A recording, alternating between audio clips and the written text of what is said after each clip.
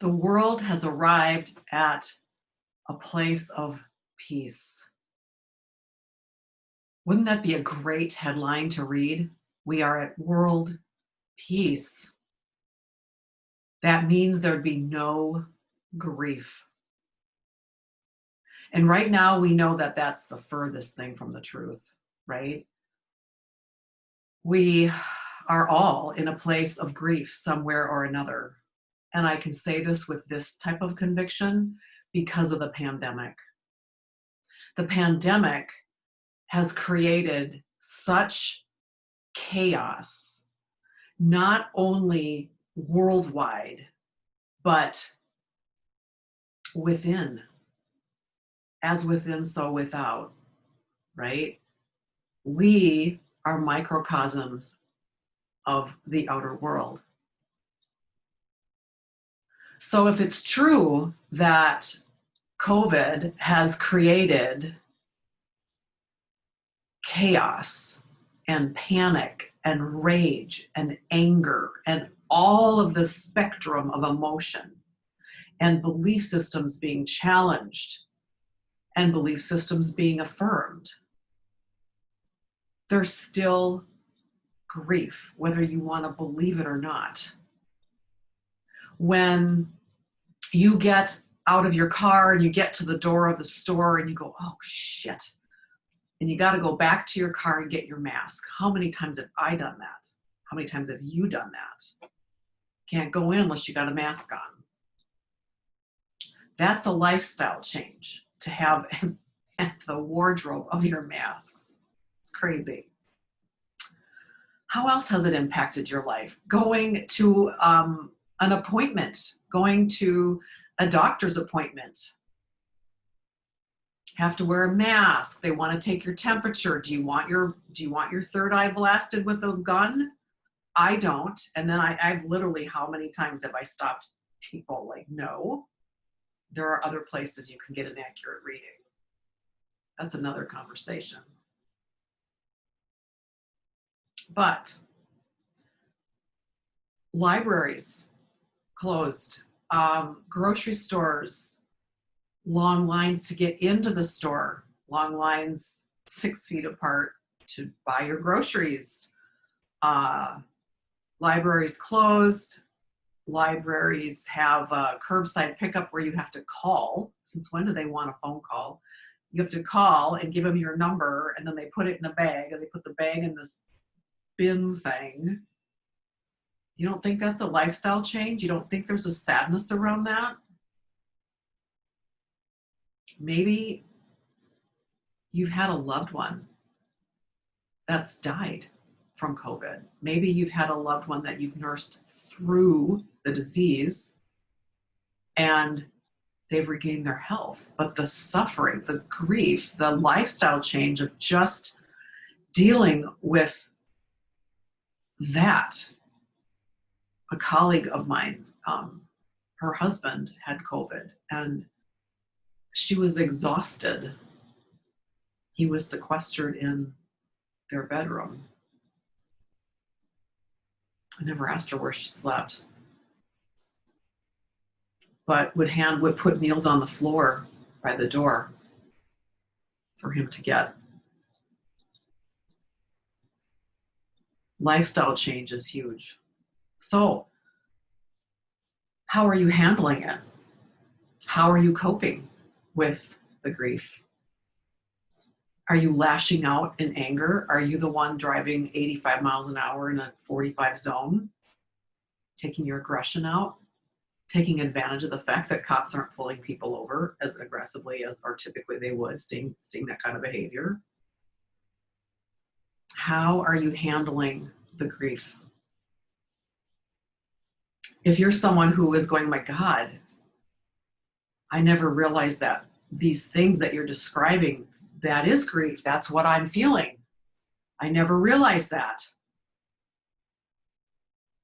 That's your first thing. That's your first line of defense. Now you have a label for it. You are in grief. So now that you understand that the feelings that you have are grief, Now you can address it. Now you can look at it. Now you can make changes. But the changes, you can't change the fact that, you need to pick up your library books the way I described. You can't change the fact that a mask is required when you go in the building, or that you need your temperature taken, or whatever it is. You can't change that, but you can change how you approach your life. You can be prepared with the mask on the seat next to you in the car. You can be prepared that they're going to want your temperature, and that, honest to God, you have a choice of where they take it. How they take it, maybe I should say it that way. You have choice, which means you are allowed to empower yourself and not be the victim in this. You can formulate your own opinions. And my opinion is to insert yourself in society in a way that isn't volatile. Just be safe, what's the word I'm looking for? Not, stand in your power. Just stand in your power and your knowing. You know your behavior. You know if you've been around in a compromising environment, that you should be you should be cautious. And if you're in a demographic that is vulnerable.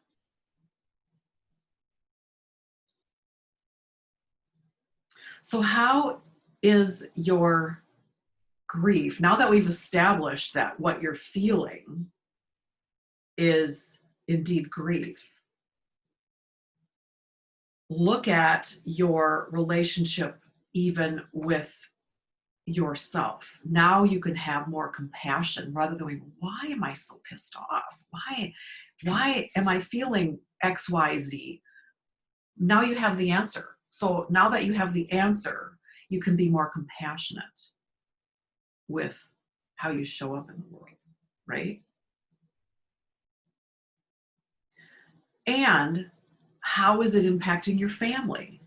Again, now you can insert yourself in your family or your roommates or your classmates or your colleagues at work. Well, you're not going into work. Chances are you're not going into the office, but you might be interacting with them via Zoom, via Messenger, whatever. You're still interfacing with people, but now that you have the awareness that this emotion, this elusive, nameless feeling that you've had, that it's grief. So now that you understand that, you can empower yourself, and you can maybe realize, oh, he might be reacting to me in this way because he's in grief. She might be responding to me like that because her mom was just diagnosed with COVID, and it's stressful. It's fearful.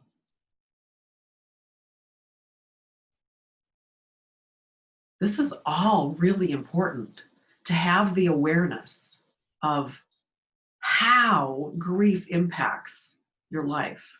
And I'm focusing right now on grief and COVID, but the same can be true. Like if you had, let's say, your first high school crush, you just learned that he or she just died. And maybe there was still this unresolved something or other between the two of you. You might find yourself in grief about that and not even know it, because it's been whatever, 20, 30, 40, 50 years since you've even thought about this person. But no, all of a sudden, something's bubbling up and you can't identify it. We don't like to talk about grief. And because we don't like to talk about it, we don't know how to talk about it. How else is your grief impacting your life? How is your grief impacting your relationship to God or spirit or um, Buddha or whoever, whatever word you use for your higher power? How is it impacting that? Are you finding yourself in resentment and anger? Are you finding yourself maybe even needing or seeking out a meditative state more? Is it drawing you closer because it keeps you sane? Or are you lashing out in anger? That how come? Why? Right?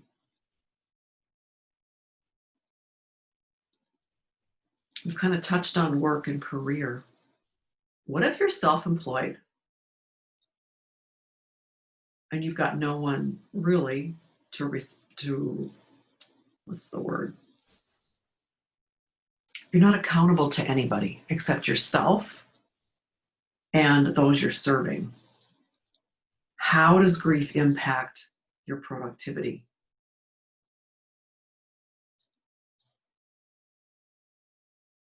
All of these questions only you can answer. I can't answer them for you. I can give you ideas. I can give you things that I've seen of how people respond.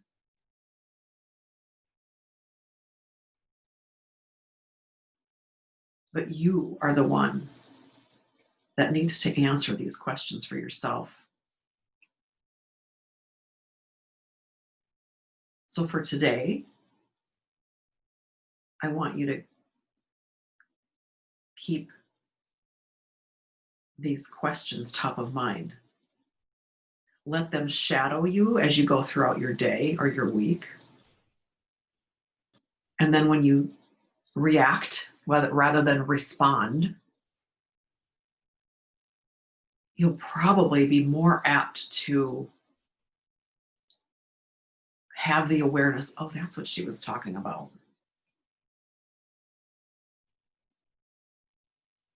The self-awareness, the awareness of connecting your behavior to the cause.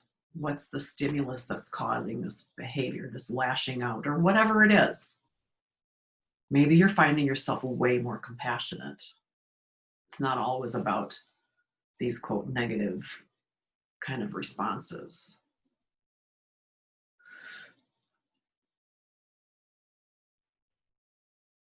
So observe your behavior, be with your grief. See how grief is impacting your behavior. See how grief is impacting your decisions. Early on with COVID, I was like, I really want a rotisserie chicken. And I was like, I'm not going to the store for a $7 item with all that craziness I have to go through to get it. Just not worth it. And if I wasn't in the mood to make it a trip, like, okay, look in my fridge and my cupboards and what else do I need? Then I didn't get the chicken. Those types of things, like what are you willing to do and what are you not willing to do?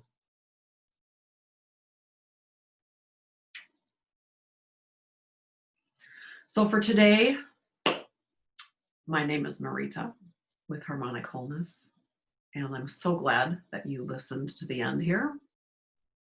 You've got much to ponder, and stay tuned for the next segment. Bye-bye.